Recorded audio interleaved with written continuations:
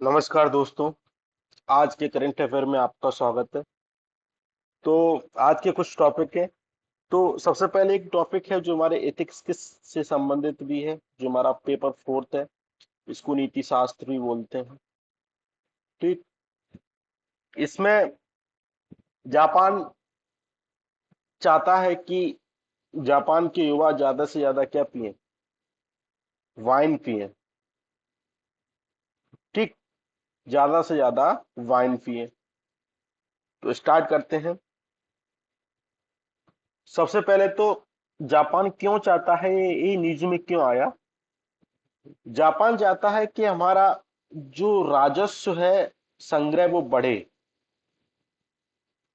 हाल ही के दिनों में क्या हुआ है, जो जापान में लघु और कुटीर उद्योग हैं, वाइन से संबंधित, उनका जो राजस्व है, उनका जो टर्न ओवर है, वो क्या हुआ है, कम हुआ है। इससे वहां पे रोजगार क्या हो गए, कम हो गए हैं। ठीक है। और उस क्षेत्र की आर्थिक गतिविधि क्या हो गई है, कम हो गई है। ठीक है। तो ये इशू है, मेन मुद्दा है। तो जापान क्या क्या चाहता है कि जापान में क्या है, जो लिक्विड इंडस्ट्री है, वो रीजनल इकोनॉमी और ग्रोथ में, रीजनल इकोनॉमी और लघु और कुटीर उद्योगी संस्थाओं की ग्रोथ में महत्वपूर्ण भूमिका निभाती है। लेकिन इसका कंजम्पशन कम होने के कारण इसकी ग्रोथ क्या हो गई है लाला, कम हो गई है। ठीक है। तो इसलिए जापान क्या करना चाहता है, इसको प्रमोट करना चाहता है, जिससे अल्कोहल इंडस्ट्री बढ़े और रीजनल जो इकोनॉमी है वो बूस्ट हो। और नेशनल वाइड किसके माध्यम से, ऑनलाइन फेस्टिवल के माध्यम से, वाइन के online festival, craft wear awareness के कैंपेन। ठीक है। और लोकल लिक्विड के माध्यम से। ठीक है। इसके माध्यम से जापान क्या करना चाहता है कि लोग ज्यादा से ज्यादा, यंग लोग हैं या जापान के जो लोग हैं, वो क्या पिए, वाइन पिए। ठीक है। इसका इसके पीछे रीजन क्या है कि वहां की लोकल इंडस्ट्री को क्या मिले, बूस्ट मिले, क्या मिले, बूस्ट मिले। ठीक है। लेकिन इथिक्स में कंसर्न ये है, क्या कंसर्न है कि क्योटो यूनिवर्सिटी है, उनने स्टडी की, उनने बताया कि अल्कोहल रिलेटेड डिसीज है, जैसे लिवर का खराब हो जाना, और घरों में क्या होती है, फिर घरेलू हिंसा होती है अगर कोई वाइन पी के आता है। महिलाओं के अधिकारों का हनन होता है अगर कोई वाइन पी के आता है। और अगर कोई रेगुलरली वाइन का कंजम्पशन करता है, तो आप हाल ही में आपने कोविड में देखा होगा, तो वो अधिक संवेदनशील हो गया था। मतलब कि उसको, उसकी इम्यूनिटी सिस्टम क्या हो गया था, वीक हो गया था। समझ रहे हैं बात को, ये इसकी कंसर्न है। लेकिन अगर अगर आपको ये मुद्दा जो बनता है, वो बनता है इकोनॉमी, इकोनॉमी वर्सेस हेल्थ। क्या बनता है, इकोनॉमी वर्सेस हेल्थ। तो हमें यह जानना है कि हमें इकोनॉमी को बढ़ावा देना चाहिए या फिर स्वास्थ्य को बढ़ावा देना चाहिए। तो इथिक्स की महत्वपूर्ण, अगर आपको एग्जाम्पल लिखने को आए, तो आप एग्जाम्पल वहां पे क्या कर सकते हो, कोट कर सकते हो। समझ रहे हैं बात को। तो वहां पे क्या करोगे, आप लोग इसको कोट करोगे। और तो हमें क्या करना चाहिए, आपका कंक्लूजन ऐसा होना चाहिए कि आपकी इकोनॉमी और हेल्थ में क्या होना चाहिए, संतुलन होना चाहिए। क्या होना चाहिए, संतुलन स्थापित होना चाहिए। और सरकार को अपनी तरफ से वाइन को प्रमोट नहीं करना चाहिए। समझ रहे हो, इंटीग्रिटी के अगेंस्ट। ठीक है। तो ये हमारा रीजन, ये हमारा ओवरऑल इशू है। तो ये चर्चा में था, तो हमने समझ लिया है। अब आगे बात करते हैं। आज के टॉपिक में यूएन में मीटिंग हुई, और उनने बोला कि हाई सीज में, जो सीज होते हैं, जो सब महासागर होते हैं, सागर होते हैं, उनकी जो बायोडायवर्सिटी है, उनकी बायोडायवर्सिटी को संरक्षण प्रदान करने के लिए हमें ट्रीटी की आवश्यकता है, जो क्या है, बीबीएन जी ट्रीटी, मतलब biodiversity beyond national jurisdiction treaty. ठीक है, इसको ट्रीटी ऑफ हाई सी भी बोलते हैं। ये क्या करेगी, एक इंटरनल एग्रीमेंट है जो क्या करेगा, मरीन रिसोर्सेस हैं, जो बायोलॉजिकल डाइवर्सिटीज है, जो नेशनल ज्यूरिस्डिक्शन के बाहर है, उसका क्या करेगा, कंजर्वेशन करेगा। इसको ध्यान रखना, उसका क्या करेगा, संरक्षण करेगा।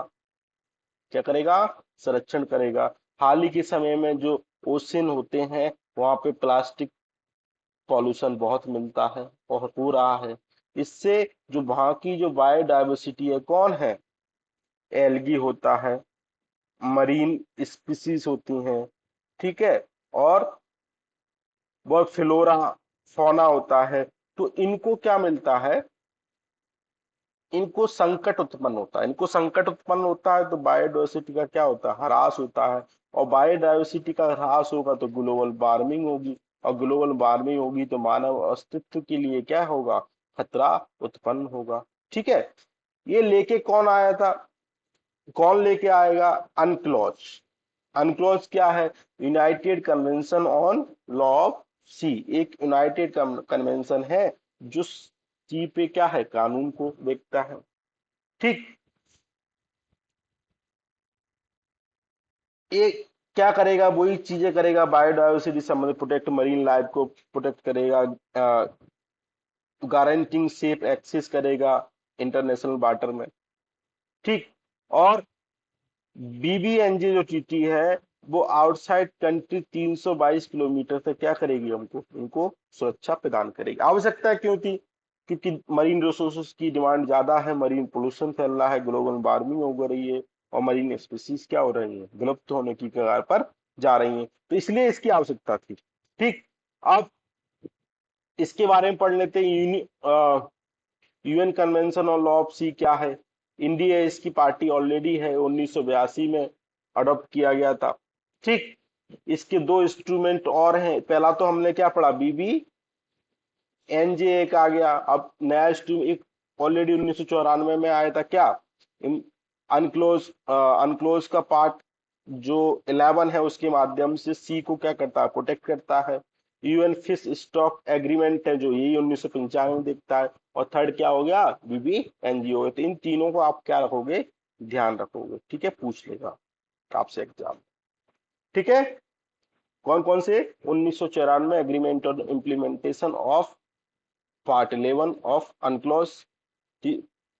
दूसरा है 1995 में यूएन फिश स्टॉक एग्रीमेंट, और तीसरा है बीबी एनजे।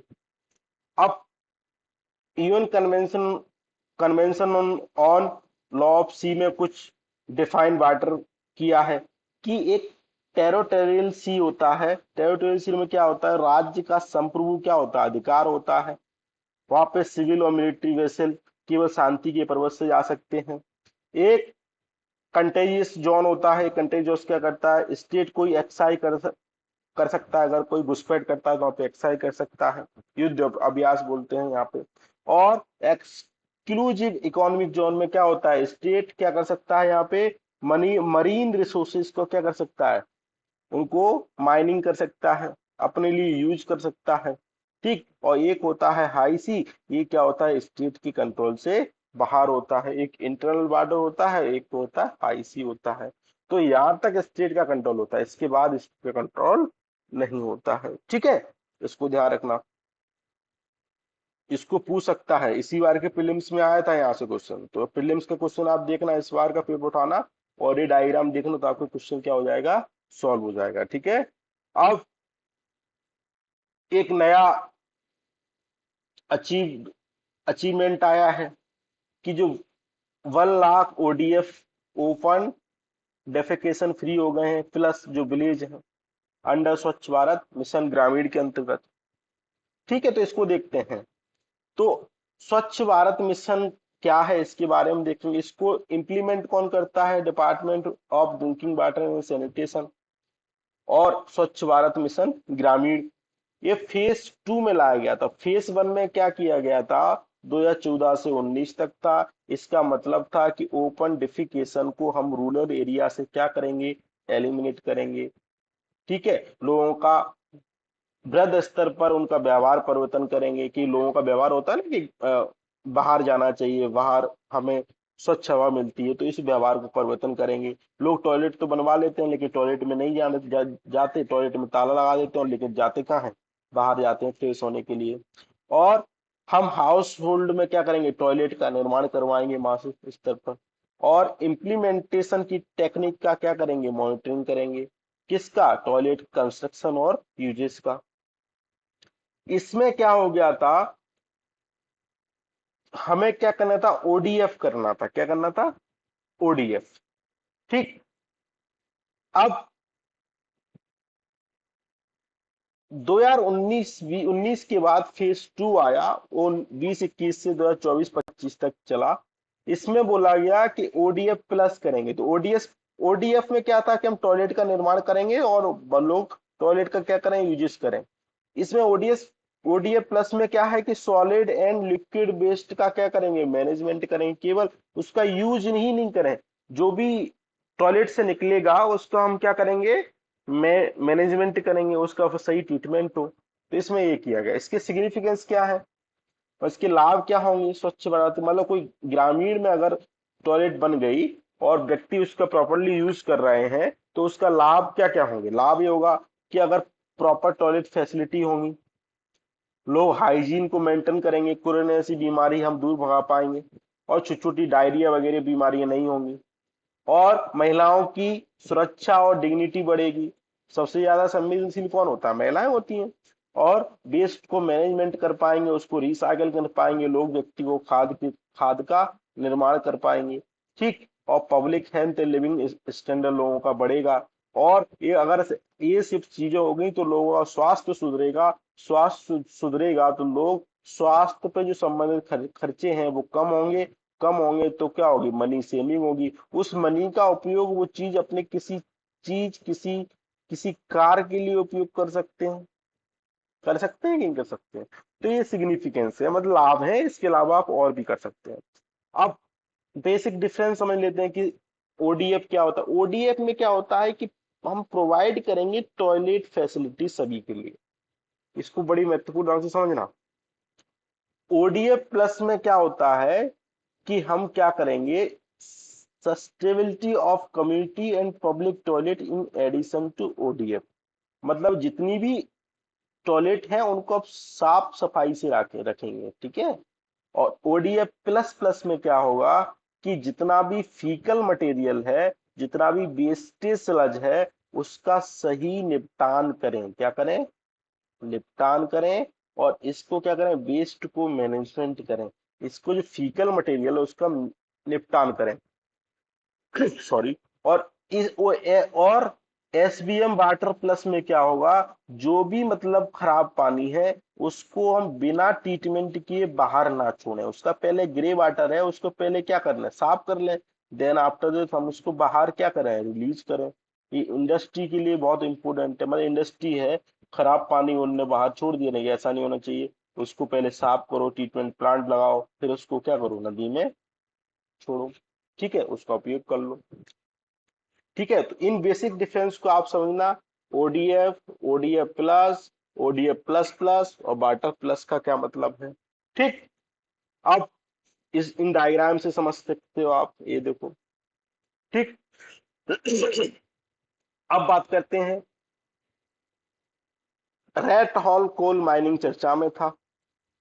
अगर ये देखो, एक हॉल है, उसमें से एक व्यक्ति अंदर जाके माइनिंग करता है, coal mining.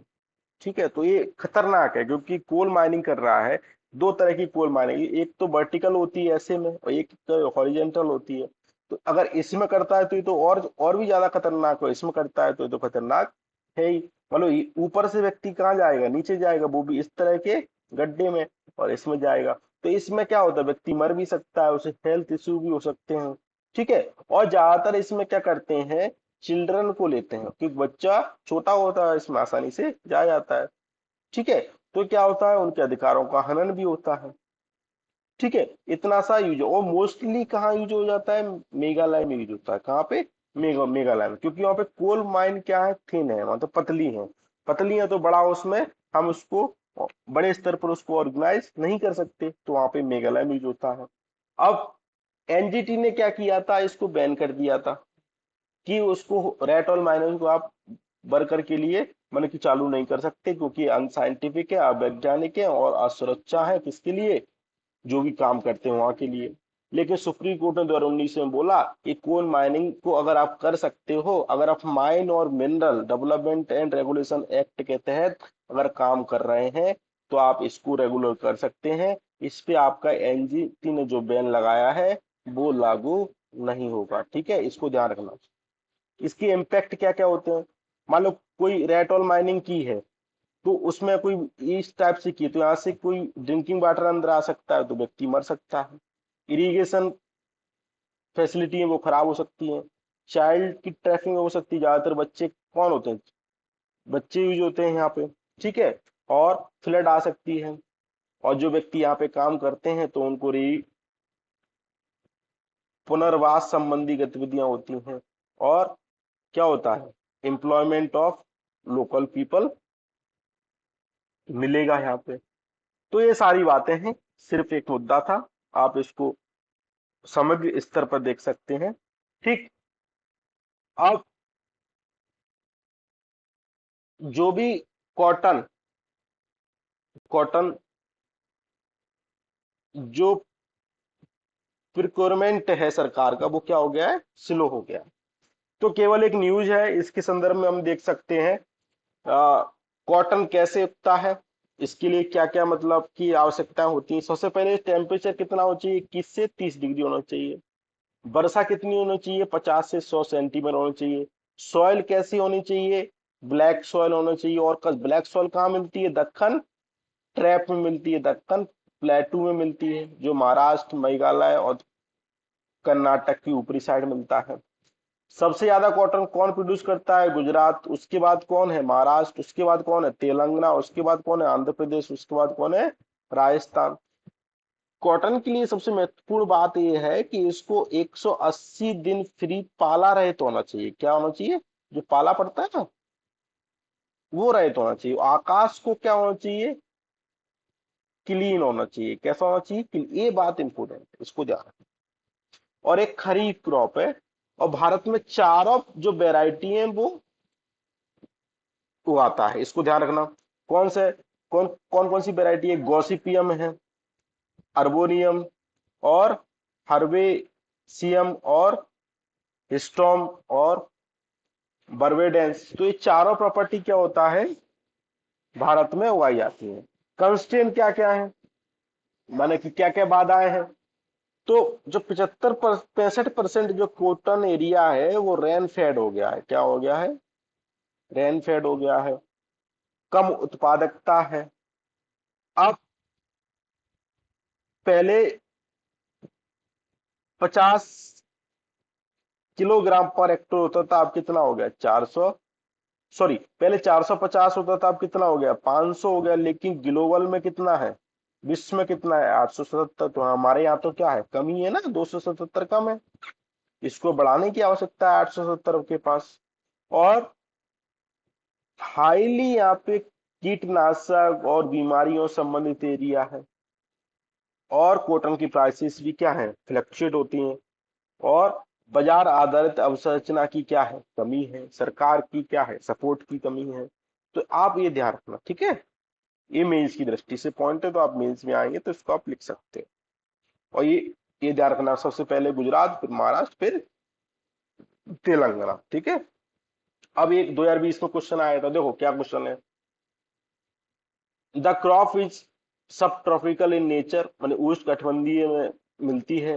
Heart frost is injurious to it, मतलब जितना भी पाला होता है इसके लिए क्या होता है, खतरनाक होता है। ये बोल रहा है कि 210 फर्स्ट फ्री डे होना चाहिए, 50 से 100 सेंटीमीटर रेनफॉल होना चाहिए, और all light weather drain soil capable of retain moisture होना चाहिए, और कल्टीवेशन ऑफ क्रॉप होना चाहिए। तो देखो ये आप सब ध्यान रखना, 210 क्या होना चाहिए, पाला रहित होना चाहिए।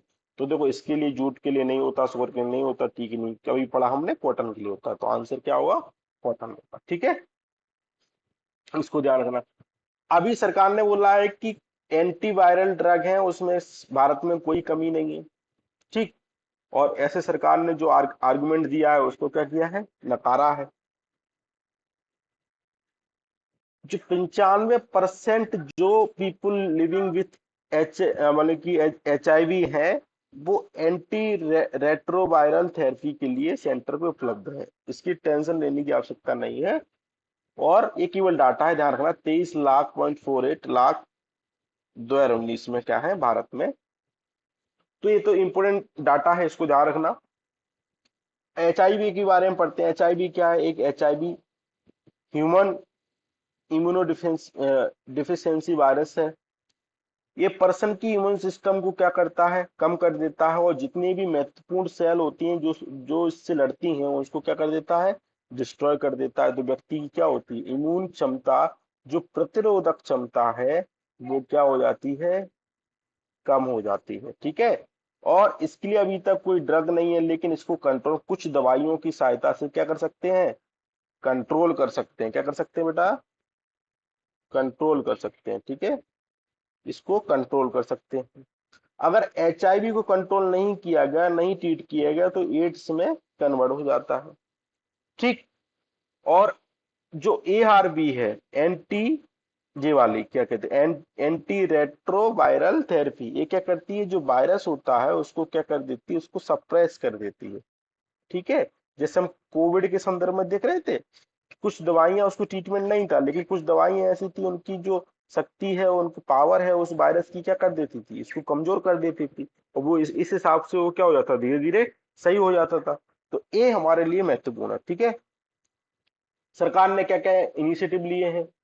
तो सरकार ने नेशनल एड्स का कंट्रोल प्रोग्राम चलाया है, सरकार ने नाको चलाया है, मतलब अंडर मिनिस्ट्री ऑफ हेल्थ में फैमिली वेलफेयर, जो इसकी नोडल एजेंसी है, जो इसको क्या करती है, इंप्लीमेंट करती है। और सरकार क्या लेके आई है, HIV AIDS prevention control act 2017 लेके आई है, जो अगर कोई भी PL HIV के खिलाफ जो भी भेदभाव करता है, उसके प्रति दंडात्मक क्या की जाए, कार्रवाई की जा सके। और सरकार ने नेशनल स्ट्रेटजी प्लान 2017 से 24 लेके आई है। सरकार संपर्क मिशन लेके आई है, ताकि उनको 500 रुपए प्रति महीना दिया जा सके, कितनों, जो भी HIV पीड़ित व्यक्ति हो। और ध्यान रखना, संपर्क मिशन किससे संबंधित है, HIV से संबंधित है। ठीक है, इसको ध्यान रखना। अब चर्चा में ये था कि अकाउंट एग्रीगेटर क्या है। सेबी है join RBI account aggregator framework system. तो अकाउंट एग्रीगेटर क्या होता है, मान लो कोई एक एक पूल है, यहाँ से एक व्यक्ति ने, एक A1 है, एक व्यक्ति A2 है, एक A3 है, एक A4 है, तो सभी ने क्या किया, इसके साथ डेटा शेयर कर लिया। ये मिला के आ गए कि चलो सभी डेटा में एक साथ रखते हैं। तो ये इनने सभी अकाउंट को क्या कर लिया, एग्रीगेट कर लिया, मतलब इकट्ठा कर लिया। अब जब भी किसी को किसी व्यक्ति की जानकारी चाहिए होगी, तो वो यहाँ से जानकारी देगा, मतलब एक पूल बन गया, पूरा एक कलेक्शन हो गया। ठीक है। अकाउंट एग्रीगेटर क्या है, RBI रेगुलेटेड होते हैं, जो कि NBFC है।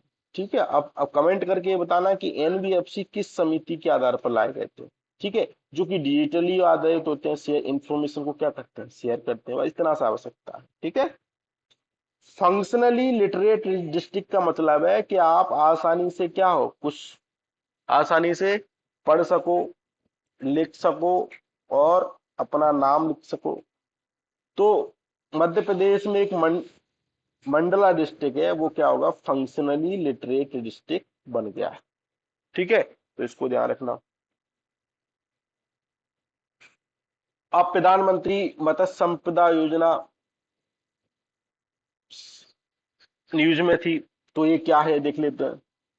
तो प्रधानमंत्री मत्स्य संपदा योजना 2020 में लाई गई थी, एक अम्ब्रेला स्कीम है, जो क्या कहते हैं, ब्लू क्रांति को क्या बढ़ावा देती है। किस ब्लू क्रांति, मतलब ओसी से संबंधित, मतलब मत्स्य पालन को बढ़ावा देना, जिसमें सतत और रिस्पॉन्सिबल डेवलपमेंट को, फिशरी सेक्टर को, मतलब कि मत्स्य पालन को बढ़ावा देना है, ताकि सतत उसका क्या हो, विकास हो। ठीक है, तो इस तरह ध्यान रखना। अभी हाल ही में क्या किया है, एक्वा बाजार ऐप लॉन्च किया है प्रधानमंत्री मत्स्य संपदा योजना के अंतर्गत। तो एक्वा बाजार ऐप किससे संबंधित है,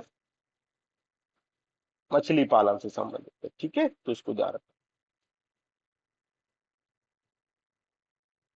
हाल ही में ट्राई ने क्या किया है, 4 सैटेलाइट फ्रिक्वेंसी बैंड पे काम करना चालू किया है। तो 2 सैटेलाइट बैंड क्या होते हैं, एक तो का बैंड होता है जो 17.2 से 21.2 गीगाहर्ट्ज तक काम करता है। कू कू बैंड क्या होता है, 10.2 से 14.5 गीगाहर्ट्ज तक काम करता है। ये क्या करता है, जो भी ब्रॉडबैंड सर्विसेज हैं उनको मिलती हैं। और ई बैंड क्या होता है, 71 से 76 टू 81 टू 86 गीगाहर्ट्ज तक काम करता है। और वी बैंड 57 से 71 गीगाहर्ट्ज तक काम करता है।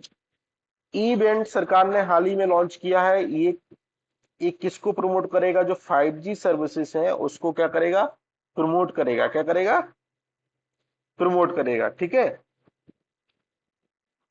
सरकार सरकार एक चाहती है कि सैटेलाइट फ्रिक्वेंसी जो बैंड है वो क्या है, ये इलेक्ट्रोमैग्नेटिक स्पेक्ट्रम की सहायता से सैटेलाइट एंटीना से जो भी हमारा जो ट्रांसमीटर सिग्नल होता है वहां से क्या करता है, रिसीव और सेंड और रिसीव हो सकता है। और इन्हीं फ्रिक्वेंसी के आधार पर हम क्या करते हैं, डिफरेंट फ्रिक्वेंसी बैंड बना पाते हैं। और जिससे डिफरेंट कम्युनिकेशन सिस्टम, जैसे रेडियो हो गया, टीवी हो गई, और बहुत सारे चीजें हैं, तो वो हम कार्य कर पाते हैं। ठीक है, ये ध्यान रखना। अब ये कुछ डिस्ट्रीब्यूशन है, देखो। मरीन नेविगेशन सिग्नल के लिए 100 किलोमीटर से 10 किलोमीटर, नेविगेशन एड्स के लिए 100 10 किलोमीटर से 1 किलोमीटर। तो यहाँ देखो, यहाँ VHP TV FM navigation aids तो यहाँ चलता है। ये अलग अलग उसकी फ्रिक्वेंसी डिवाइड है, 3 gigahertz, 30 gigahertz, 300 gigahertz, 3 kilo gigahertz. ठीक है। तो इनको क्या करोगे, आप लोग देख लोगे। देखो, एल बैंड है, एस है, सी है, एक्स है, क्यू है, के है, और का है। एक अभी सरकार ने कौन कौन से लॉन्च किए हैं, ई बैंड लॉन्च किया है। कौन सा, ई बैंड। तो इसको आप लोग एक बार देख लेना। ठीक है। चलो, हाल ही में जो तस्मानिया टाइगर है वो चर्चा में था। ये क्या है, 1930 में ही क्या हो गया था, एक्सटेंड हो गया था, मतलब विलुप्त हो गया था। क्या हो गया था, विलुप्त। लेकिन कुछ साइंस, यूएस और ऑस्ट्रेलिया के साइंटिस्ट चाहते हैं कि इसको दोबारा री इंट्रोड्यूस किया जाए और इसको नेटिव प्लेस तस्मानिया में क्या किया जाए, री इंट्रोड्यूस किया जाए। ठीक है। ये प्रेडेटर है और विलुप्त हो गया था फूड चेन की कमी से। ये क्या करता है, प्रेडेटर है मतलब शिकार करता है। ये आप देख सकते हो, हमारे यहाँ के इंडियन डॉग के समान है, बस इसका ये इसकी धारी दिख रही ना, ये वाली, इसलिए इसको तस्मानिया सागर। अच्छा, कमेंट में बताना, तस्मानिया सागर कहाँ पाया जाता है, कौन से सी में, अटलांटिक में है, प्रशांत में है, हिंद में है। ठीक है, उसको ध्यान रखना। एक टेनर स्केल चर्चा में है, तो जस्ट याद रखना, टेनर स्केल के संबंधित सेक्सुअल मैच्योरिटी रेटिंग से संबंधित है।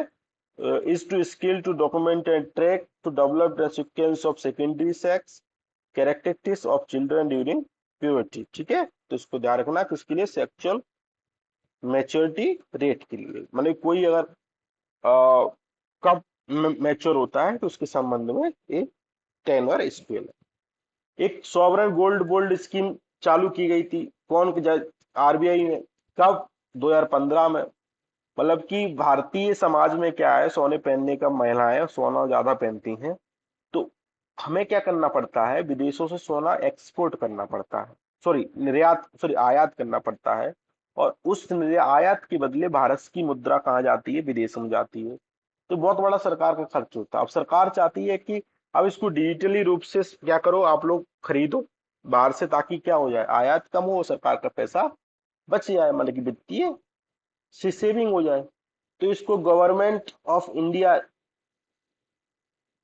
Stock under government security act 2006 के तहत सरकार लेके आई थी। इसको इश्यू आरबीआई करता है भारत सरकार के बिहाफ पे। मिनिमम 1 ग्राम गोल्ड हो सकता है, मैक्सिमम 4 किलो गोल्ड गोल्ड हो सकता है किसी व्यक्ति के लिए, और 4 किलो गोल्ड किसी हिंदू अनडिवाइड फैमिली के लिए हो सकता है मिनिमम, सॉरी हाँ, 4 किलो गोल्ड। और 20 किलो गोल्ड किसी ट्रस्ट और सिमिलर एंटिटी के लिए हो सकता है। इसका जो मैच्योरिटी पीरियड है वो 8 ईयर है। ठीक है, पहले 5 साल के बाद हम क्या कर सकते हैं, इस प्लान से एग्जिट कर सकते हैं। तो ध्यान रखना किसके लिए है, मिनिमम लिमिट ध्यान रखना और मैक्सिमम लिमिट ध्यान रखना और मैच्योरिटी पीरियड ध्यान रखना। ठीक है, एक थैलापिया फिश चर्चा में थी, इसको एक्वाटिक चिकन भी बोलते हैं, अफ्रीका मिडिल ईस्ट से संबंधित है, इसको इन्वेसिव स्पीसीज है, कुछ पार्ट ऑफ इंडिया में इसको थैलेपिया। तो पूछ लेंगे थैलापिया क्या है, तो थैलापिया क्या है, फिश है। ठीक है, इसको प्रधानमंत्री मत्स्य संपदा योजना के तहत इसके इसके विकास को बढ़ावा दिया जा रहा है, तो इसलिए चर्चा में जो अभी अभी हमने पीछे पढ़ा उसी संबंधित है। ठीक है, ये कुछ हथियार हैं, जैसे AK-203 जो हम रूस से ले रहे हैं, ये सभी रूस से हैं। Akula class nuclear powered attack submarine, ये भी रूस से ले रहे हैं। और कमोव के 226 ये भी रूस से ले रहे हैं। 4 क्रिकेट क्लास फाइटर ये भी रूस से ले रहे हैं। और SU-30MI एयरक्राफ्ट ये भी रूस से ले रहे हैं। ठीक है, MiG-29 ये भी उस रूस से ले रहे हैं। ठीक है, और ये भी रूस से ले रहे हैं, हेलीकॉप्टर है। तो ये तो सिंपल न्यूज है, बस ओवर थ्रू होने की आवश्यकता है, एग्जाम में नहीं पूछता है। ठीक है, तो आज के लिए इतना ही था। थैंक यू, धन्यवाद। आई होप आप लोगों को पसंद आया होगा। Thank you very much.